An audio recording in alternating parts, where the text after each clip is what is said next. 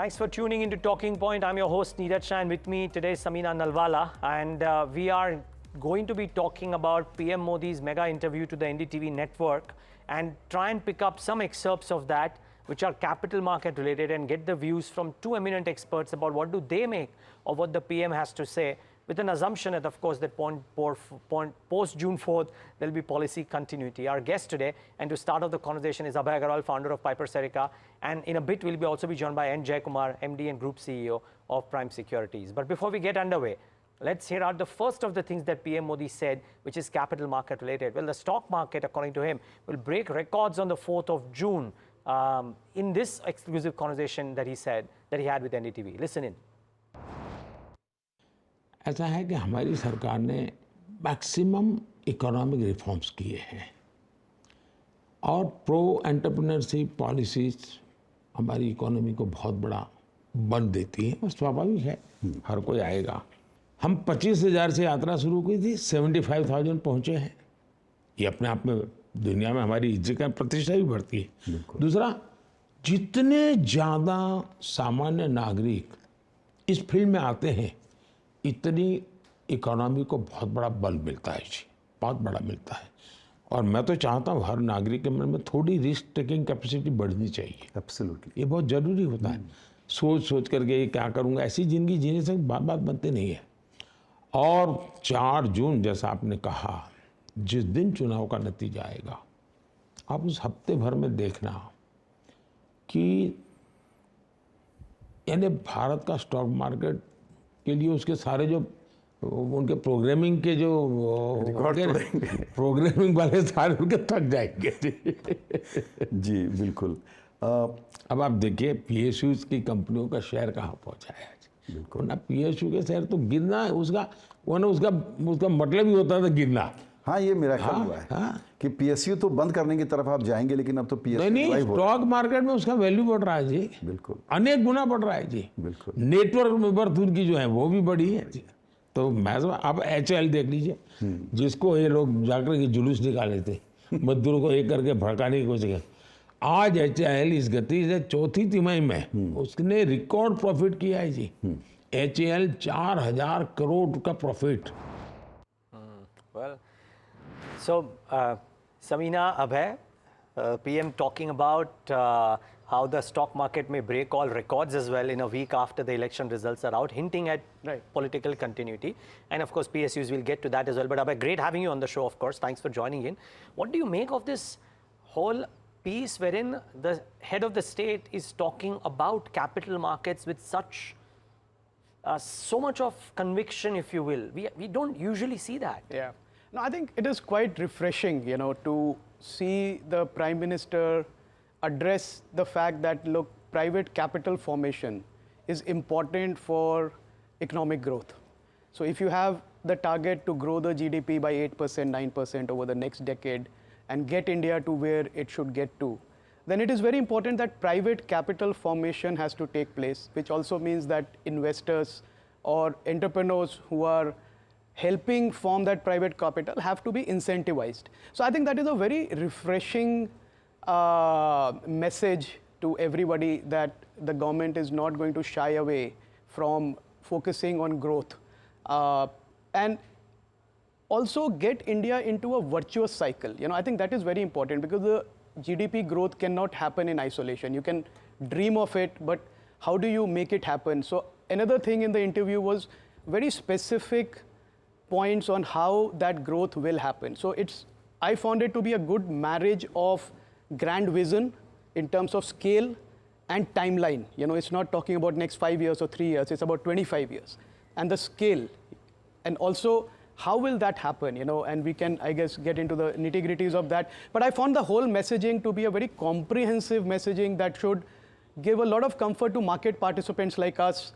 More interestingly, there was one line in the interview about the tax rates, and when the PM said that, look, lower tax rates actually lead to higher collection. I think a lot of people will take comfort from that, you know, because there has been some worry about the tinkering with tax rates. So I think overall, very refreshing.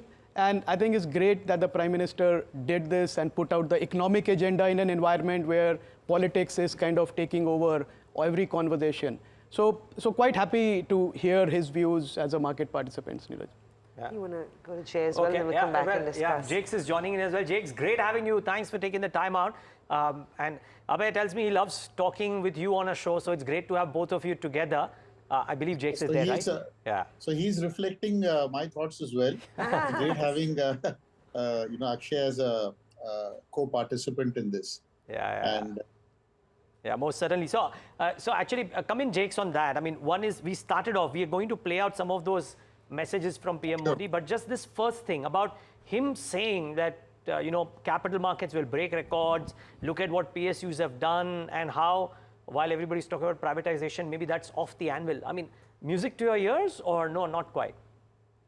So I'll tell you, one of the best performing, should I say, baskets or portfolios over the last several years now has been the PSU basket, which compares in terms of returns almost with the Magnificent 7 or the Magnificent 13 now in the US.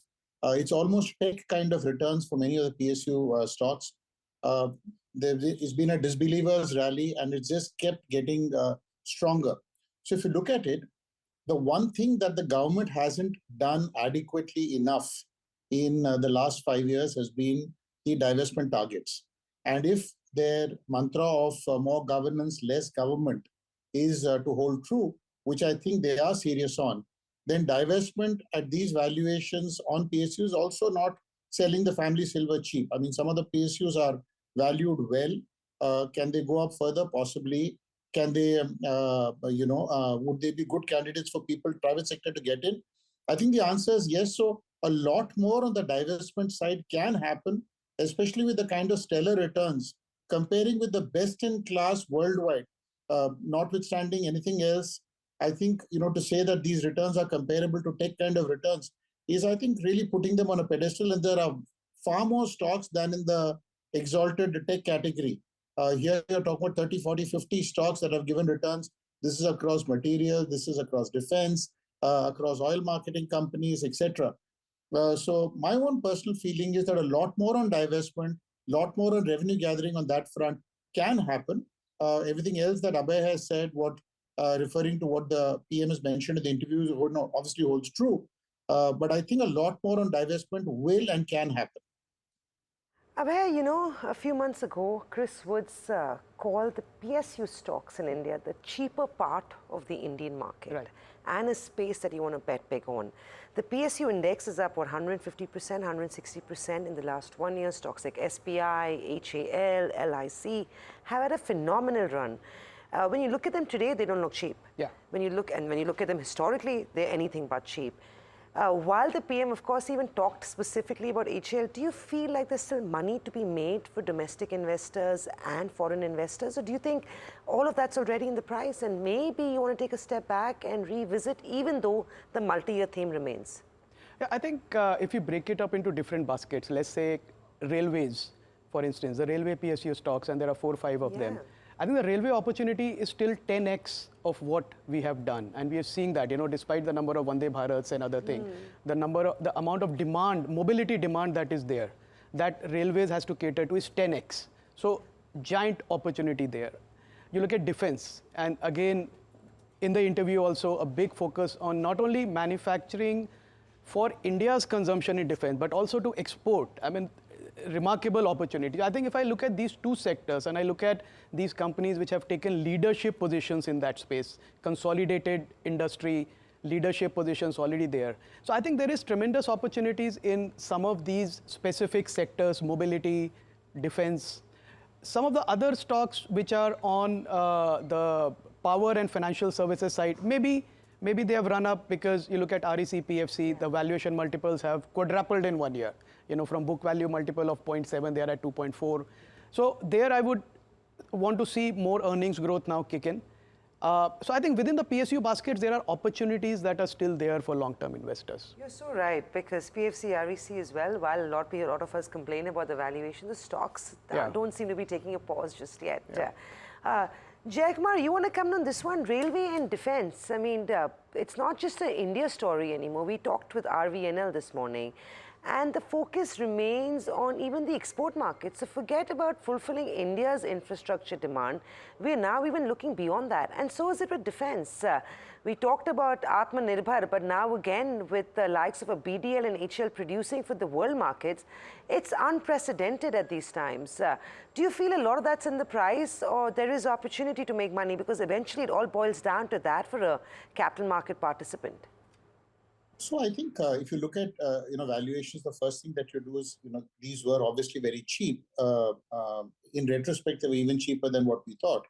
But I think the important thing here is the order flow, because PSUs can get orders on a nominated basis as opposed to the private sector that has to bid for orders. This, to an extent, is limited by the government's imagination as to how much orders they can give. So as the government sector, the public sector gives orders to, let's say, their brethren in the same space, these can be on a nominated basis. And therefore, one of the factors that if you see research reports now waxing eloquent about, is the fact that whether it's BEL or HAL, the order book has just, dramatically grown. True for railways as well. So the two sectors that Abhay talks about, railways and defense, I think are governed by order book, and also the kind of the continuing demand that there is, which a good quality output can generate. So supply sometimes creates its own demand. So if you have great trains, people want to travel. The word of mouth spreads. So it's not just the Vande Bharat, but now that's become a poster child for the order flow here. On the defense side, it's completely different. There's technology transfer. There are big multinationals tying up in terms of making stuff in India. There's the Make in India, there's the PLI. So there is a whole host of tailwinds associated with order flow. So I would just say that as long as the order flow continues, the growth here is just a function of your imagination. And also, we must not forget a technical factor. Some of these still have very low float relative to any equivalent private sector player. And from that perspective, as more and more money comes in here, the impact on the upside gets magnified and amplified, leading to a greater FOMO effect and greater retail demand. So I think there's a technical aspect that feeds into this. Most foreign investors have been sellers in general in the market, and for them to have taken an exposure in the defense space is almost not there. So there is overseas money that could come in, and the SIP money and the regular investment that the Indian public does. A combination of technical, low float, and order flow that they continue to enjoy. I think there's significant more upside, which may not, at least in the short run, be limited by valuation multiples, etc. It will be more an ownership or a lack of ownership that will drive demand for these. Jakes, amongst other things that were a part of this conversation, and we're referring to this so much aside of the fact that it's been done with our network, is the fact that it was not as much about politics as also about economics. PM Modi spoke a lot about, hints about small things. Like, we know that there was a lot of chatter, right, around how gaming has been hit badly. And PM Modi saying that, because of this whole digital infrastructure and the youth, gaming could become a big driver for employment as well as business going ahead. That was to my mind interesting. A lot of hints around how there are so many islands, all of which could become a Singapore as well. Who knows about it? And therefore this mention of tourism as well. Small hints. What of things to come, you think? I think we must hand it over to the machinery, if you will, that nuances some of these interviews ahead of the constituency it's addressing. So if this was the weekend when Maharashtra and Bombay were being addressed, in terms of elections, then a message which is more relevant to this constituency is being delivered. So I think whether it's gaming or it's creation of these cities, I think it's talking about business entrepreneurship and creation of wealth. That was, to my mind, the single biggest focus. And I think he dovetailed that with technology, dovetailed that with competing or comparing, more importantly, with the best in the world. I think he mentioned in the interview the fact that he's looking for the best in class when he makes comparisons. It's no longer enough to say that we were X and now we are Y. So the entire focus on creating business opportunities, allowing businessmen to make money, creating wealth, and examples of that for even what was seemingly a taboo topic like gaming is being discussed openly. And gaming actually is a huge manifestation of the technology use case and the kind of participation there is from public at large, now with Supreme Court and High Court interventions on what is legal and what isn't, and what is gaming, what is betting, etc., having been defined. I think we are talking about clarity coming through on multiple fronts. So there is a lot to be, said for whatever he has indicated. And I think from a market standpoint, all that we are looking for is continuity. Whether the number is 270 plus allies or 290 plus allies, to my mind, is less of a concern. Because I think the positioning in the market, at least as far as the foreigners who already were, have been net short, hedge funds who've been underinvested in the markets have missed out a lot of the rally. Flying in the face of that argument of the past that the FIs are the smart guys and the public at large become the dumping ground. Completely contrarian to that, the SIP approach, the call on India taken by locals who've now become the mutual fund and the institutional space has become larger than the foreign holders in the market. All these are testimony to the fact that there is a much longer runway that the Indian investor has played, and the tactical, if you will, the opportunistic, hedge fund community, if you will, are actually on the verge of a big, short covering that could happen once the event is out of the way. Maybe they are playing for something more drastic, but that's, their call. Nobody, I think, has a feel of the numbers. But to my mind, if the numbers were 275 plus allies, which allows for continuity and allows for a further strengthening of policy and other measures to be taken, I think we're in for a big initial short covering rally post the election results. And contrary-wise, if there's a massive run-up pre-election, which means some of this is already built in, then there could be a correction post. But all in all, I think this is still a buy on dips market. And we are hoping that the election results continue that tradition. Right. Another standout for me, Abhay, was where the Prime Minister said green technology will be a great employment generator. A few months ago, we had Gautam Adani, where he said that the potential here for India to become net zero is going to be phenomenal. Companies like Irida are the only largest green financer players in the country. How does an investor take advantage of this comment, or what, and create wealth in that sense? I think this government direction towards focusing on green energy has been there for some time. Yeah. So it wasn't really a new announcement, but it was still a big point made in that conversation. And if you look at India, our government has been saying for many years now that we want to be energy independent. We don't want to depend on exports for our energy requirements. So clearly there is a focus that we need to cut down on crude imports. And the only way that we can do it by focusing on green energy, whether it's wind, solar, hydrogen, So, and these efforts have been made in the past, but these efforts didn't go anywhere because they were made with a small vision, small execution, small companies, because these projects require a lot of capital, whether you borrow or you put in your own capital. You can't do it on a small basis. These are large projects.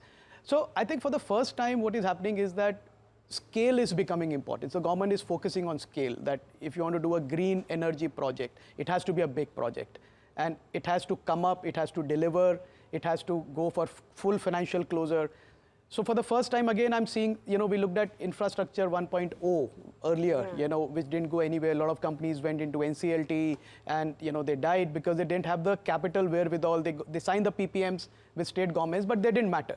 But now what is happening is that government is saying that, look, you need to have the balance sheet strength. You need to have the execution capability, the management capability to execute these projects, because these are critical for the nation's growth. We can't have a situation that a lot of these projects don't go anywhere, tie up everybody's resources, trouble the lenders, PSU banks or whichever banks there are, go into NCLT, clog up everything. So they have to be completed. So what is it that requires them to complete? So again, the focus on making sure that whoever, whether it's a PSU or a private sector company that is doing these large projects, solar energy project, hydrogen, or anything, is given to people who have the capability. So I think that is very refreshing, that for the first time is on execution. Do you feel like this is what defense was 2 years ago? Yeah. Where there was that push coming from the government, it was all about Atmanirbhar, it was all about exports, and now suddenly with so much of commentary on green energy, do you feel like the big boys may be the ones you want to bet on for the next couple of years? So I think in green energy, you have to bet only on the big boys. There are no small players. And I'm again saying that this is about having access to large capital and execution capability. Right. Both these have to come together. You cannot do green projects in small way. In piecemeals. Yeah, because they're very high risk. So you have to have the ability to take from day zero till commercialization and beyond that. So it is a big boys game, and it has been globally. Yeah.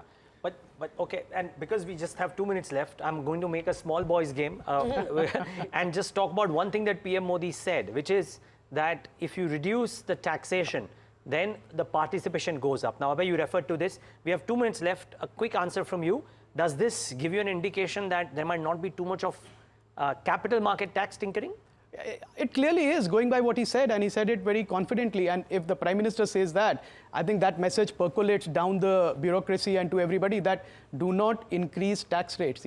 Widen the net, get more people in the tax system. And if I marry that to his other comment about expecting some big announcements, what may happen is that the net may widen by including a lot of constituents who do not pay any taxes right now. But for those who are paying taxes, I think there should be relief. There will be no negative surprise. That is my expectation now. Hopefully now. And Jakes, very quickly, we have a minute left. Would you go out to think that way too? That the much dreaded thoughts of inheritance tax, capital gains tax, there might not be too much tinkering there? Inheritance, no question. But as far as the rest is concerned on lowering taxes, I just say hope springs eternal in human breast. So we'll just stay with that. Okay, hope springs eternal. And I think Jakes puts it well. Maybe let's cross the bridge when we get there. Let's see when it happens. But yeah, we can certainly hope for this. Gentlemen, it's been a delight talking to you today to try and decipher what the PM has said on our conversation and otherwise. Thank you so much for taking the time out and being with us today on the show. Thanks to you and thanks to Abhay. No, thank you, Jakes. This is the way I get to see him, actually. He's so busy otherwise. We second that. Somehow we get to see him in the studios on the budget days, but be that as it may, and it'll happen this budget day too. But from Samina and me, thank you, Abhay, for joining in the studio, and viewers, thanks for tuning into this edition of The Talking Point.